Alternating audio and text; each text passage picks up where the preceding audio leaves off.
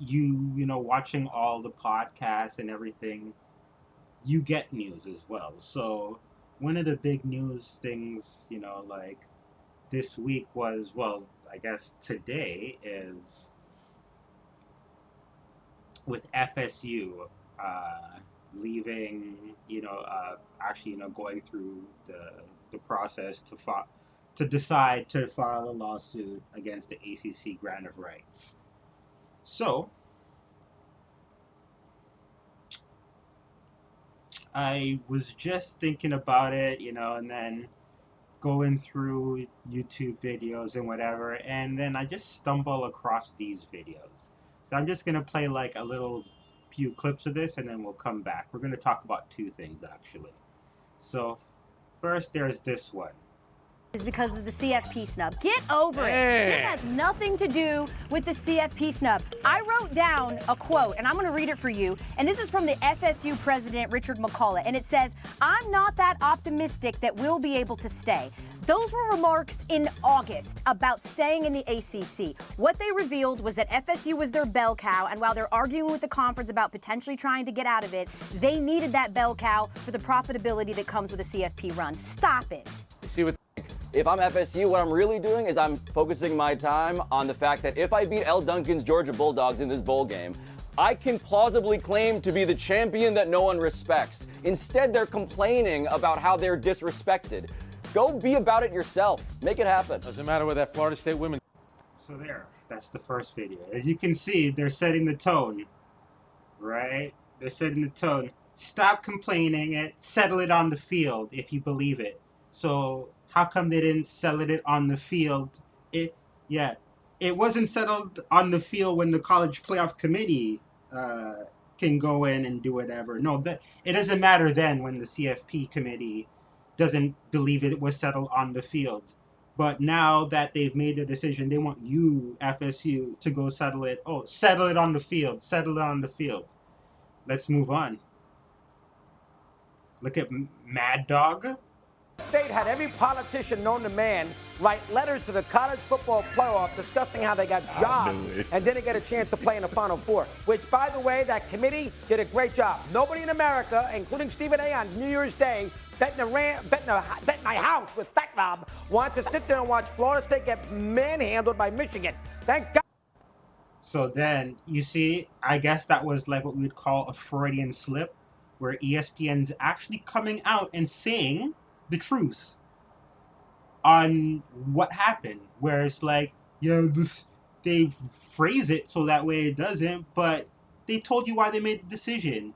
It had nothing to do with Alabama being better or whatever, you know what I mean? Maybe they are, but as I say, I follow SP Plus. Even with the backup quarterback, they're still essentially the same team. FSU is actually the better defensive team, slightly worse on offense, but they have better receivers. So you're telling me with 15 practices that they can't get the QB up to speed? Like, that's a fall camp. So through fall camp, they can't give the QB the reps he needs to come out and play competent football. Because that was really what's going on. Like, you don't get enough reps throughout the week to get the backup ready fully. But if you get 15 practices, you can get he was probably going to take over anyways. So you can get him up to speed. It's not like anything crazy, right? But let's keep going. They didn't put him in the Final Four. They didn't deserve to be there because of the injury to the quarterback. But now, after they moaned and groaned, they have a chance to sit there and play Georgia. Georgia, probably still the best team in college football. And you know what? You would think they would use that game as a chance to show, you know what? We should have been in the Final Four. We're going to go beat Georgia. We'll show you what they're all about. And you know what? They all opted out. Yep. You see, if ESPN talks all this woke trash, this is the face of white supremacy. You've got all these black athletes. Yeah, they're playing in a game that doesn't matter. But he wants them to go and risk their NFL careers, because there's a difference being drafted in the first 2-3 rounds and being drafted in the 4th, 5th round after you've torn your ACL or gone through some horrific accident or something, some horrific injury. And then what if Johnny Wilson tears his MCL or ACL or both, ruptures it, not even just a tear, ruptures it. And then instead of getting drafted in the late first round or early second round, he gets drafted in the 6th round, never plays a down of football in his life again. And then what? Is he gonna come in? Is he gonna come and do something about it? Is he gonna pay his salary? Is he gonna make up for the lost wages that Johnny Wilson missed out on? Trey Benson. We always talk about running backs and how they have a short shelf life. So why would he come back and play a meaningless game when you were supposed? Yeah, it's done. It's done. But you know what? Here's how you know ESPN is completely out of touch.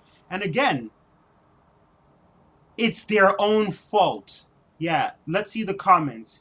You took their motivation out and expect them to show like nothing happened. Laughing face. We don't even know if these are FSU fans. It doesn't look like it. The incredible disconnect between these people and what's going on in the US is insane. Wages have barely increased since the 70s. Going to the NFL and not going to the NFL because of injury is the difference between a life of luxury and eking out an existence. But they got me to react. Mission accomplished. See? It's normal for draft prospects to skip out on meaningless bowl games. With Georgia players opting out as well, even if FSU won, nobody would say, see, they belong in the playoff. They would just say that FSU beat a partial Georgia team, thereby proving nothing. So these kids are fully justified in opting out for the NFL draft. This is such a terrible take. Georgia had players opt out too. They learned from the playoff committee that if you play in games and get hurt, you will be penalized.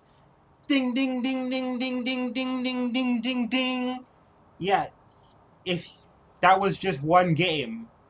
Yeah, what about your life, your career for the rest of your life that you want to start this career off in the best possible way as imaginably possible, and coming off an injury in a game that means nothing is not to prove what? To prove to who? To ESPN? I want to see something. This just came to me while I was talking.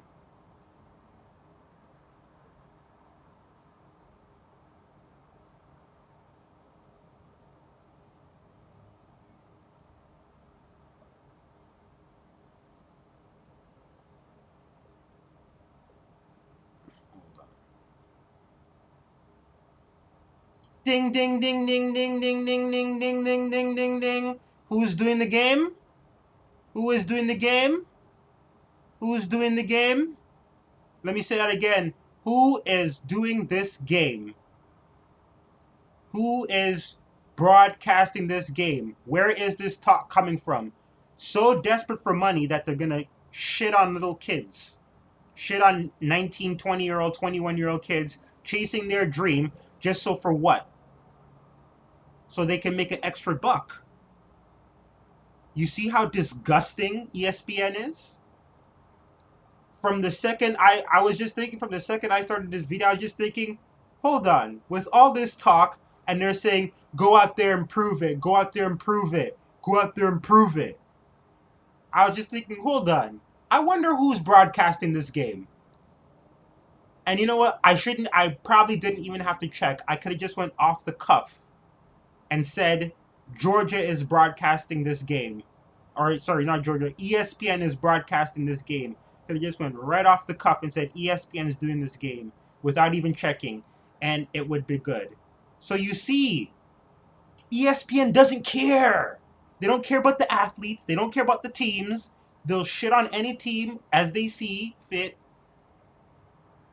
just to make money, because they want Keon Coleman and they want all these players to play so they can make money. Because if all these players opt out for the draft and with the transfer portal and with everything, no one's going to watch this game. You might as well be watching the Pinstripe Bowl, because that's what it's going to be. It's just going to be like the Pinstripe Bowl. You know what I'm saying?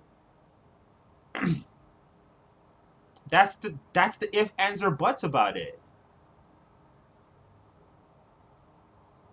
That's what's gonna happen.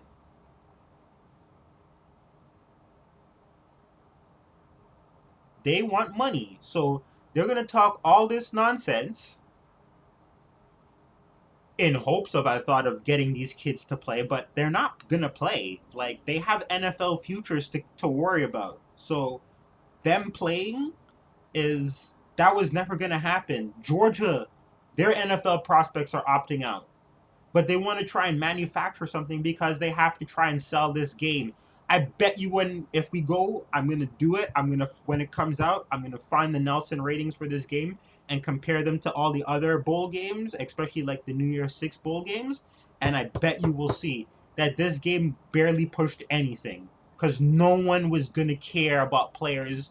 They'll wait till next year. Yeah, oh yeah, you're gonna be on next year's team. I'll watch you next year after you've gone through winter conditioning and fall and spring camp and fall camp, then we'll. But all the names that we saw from this year, they're not going to be playing. Some of the names, well, with Georgia, some of the names that we didn't see play aren't going to be playing. So, what kind of game is this going to be? Yeah,